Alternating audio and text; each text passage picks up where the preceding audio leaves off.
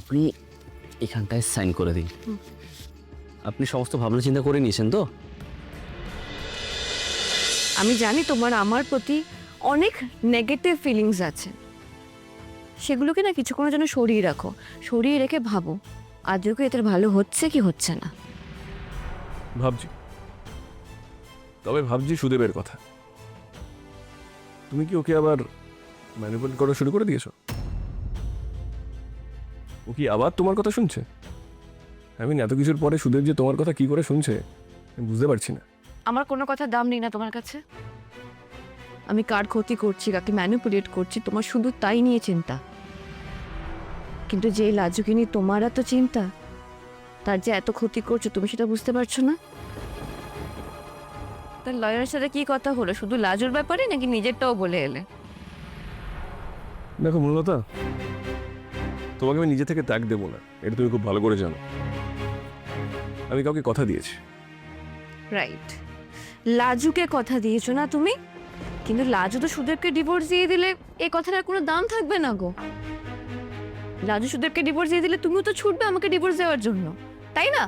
তো it's better তুমি প্রসেসটা এখনই শুরু করে দাও, টাইম লাগে না সব বিষয়।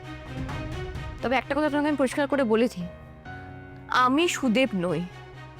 লাজু সুদেবকে ডিভোর্স দিয়ে মুক্তি পেয়ে গেল, তুমি পাবে না, আমি হতে দেবো না। এরপর থেকে না আমার ঘরে ঢোকার আগে আমার পারমিশন ছাড়া আসবে না, কথাটা মনে থাকে জানো। Get out. আর কখনো তুমি যদি সময় পাও তাহলে এটা ভেবে দেখো তুমি কতটা সর্বনাশ করেছো সুদেব আর লাজু। অবশ্য মানুষ তখনই ভাবতে পারে যখন তার ভাবার একটা মন থাকে। ও সরি, তোমার তো ভাবার মনই নেই।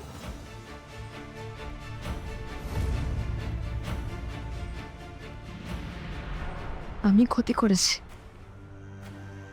হ্যাঁ ক্ষতি করেছি, আরো করব। যতদিন ওই লাজু তোমার জীবনে থাকবে আমি আফটার ক্ষতি করে যাবই যাব। তাতে কার কি হয়েছে I don't care, I really don't.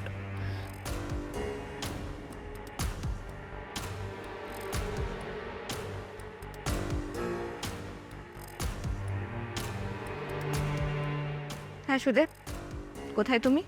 বেরিয়েছো তো? কি বলছিস রে লাজবন্তী, এত বড় ডিসিশনটা তুই নিজে নিজে নিয়ে ফেললি? আমার জীবনের সিদ্ধান্তগুলো তো আমাকে নিজে নিজেই নিতে হবে, তাই না? আচ্ছা লাজবন্তী, তোর মা বাবা কি বলছেন এই বিষয়টায়? মানে তারা এই ডিসিশনটা তোর মেনে নিয়েছে? তাদের সঙ্গে এই বিষয়ে কথা বলা হয়নি গো। ও মা, এই বিষয়টা তো ওনাদেরকে জানাতে হবে। তোর মা বাবার সাথে এই বিষয়টা নিয়ে একবার আলোচনা করে নেওয়া দরকার না? তোরা আমার আগের অনেক কথাই জানিস না। আমার মা বাবা অনেক দিন আগেই আমার সঙ্গে সব সম্পর্ক কেটে কুটে দিয়েছিল। মানে কেন, কি হয়েছিল রে? কি হয়েছিল সেসব কথা আমি তোদের বলতে পারবো না, তবে এটুকুই জেনে রাখ যে এই মুহূর্তে এই পৃথিবীতে আমার কেউ নেই যাকে আমি নিজের বলতে পারবো, যার কাছে নিজের এই সমস্যাগুলো নিয়ে আমি আলোচনা করতে পারবো।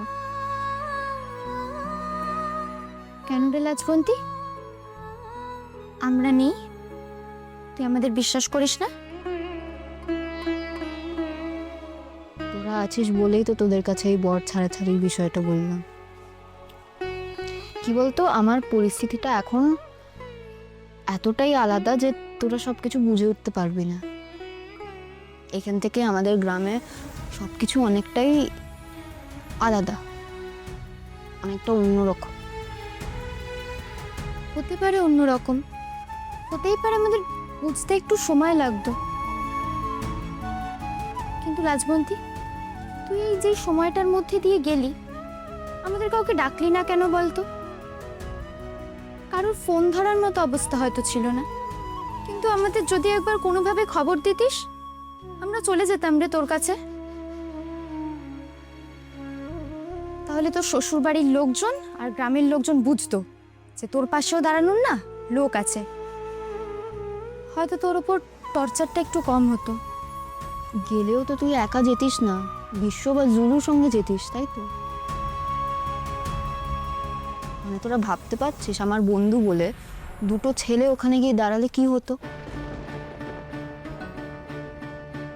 গ্রামের বউয়ের ছেলে বন্ধু এসেছে, এই দৃশ্য দেখলে হয়তো গোটা গ্রামে ভেঙে পড়তো। আরে সে যাও তো হতো, আমরা হ্যান্ডেল করে নিতাম। কিন্তু তোর সাথে তোর বন্ধুদের দেখলে তোর ওপর টর্চার করার আগে দুবার ভাবতো।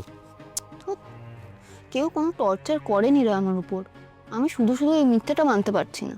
তার মানে তুই বলতে চাস ওনারা যতক্ষণ জানতো যে তোর হাজবেন্ড মারা গেছে ততক্ষণ তোর ওপর কোনো টর্চার করেনি? প্লিজ লাজবন্তী, আমাদের কাছে না আর কিছু লুকোস না।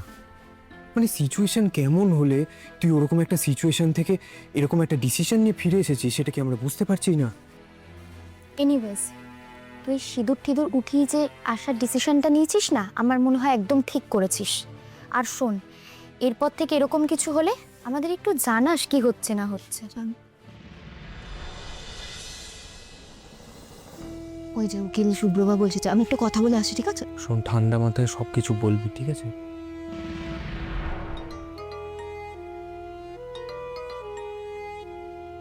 হ্যালো, হ্যাঁ বল। তুই কি লাজু কলেজে পৌঁছে গেছিস? হ্যাঁ, এই পৌঁছলাম, কাজ শুরু করব। ক্যান্টিনে বসেছিস তো? হুম। ওকে, আমি কিছুক্ষণের মধ্যে ঢুকছি, একটু বেরোতে দেরি হয়ে গেল।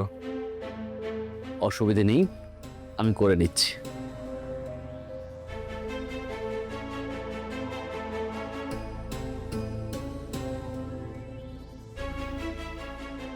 রাজু, তুমি একটা দারুণ কঠিন কিন্তু দারুণ সাহসী সিদ্ধান্ত নিয়েছো।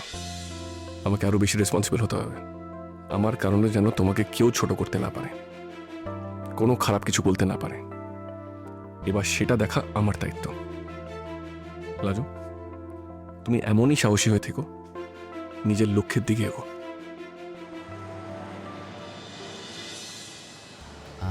বলছি, এখানেই বসা যাক?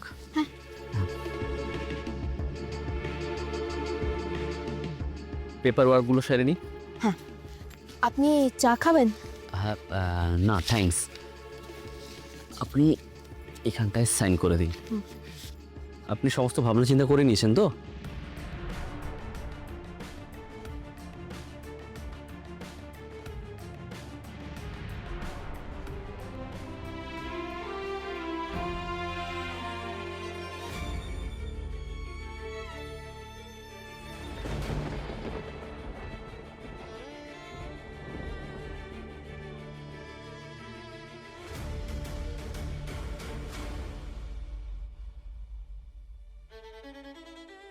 রাজু, রাজু!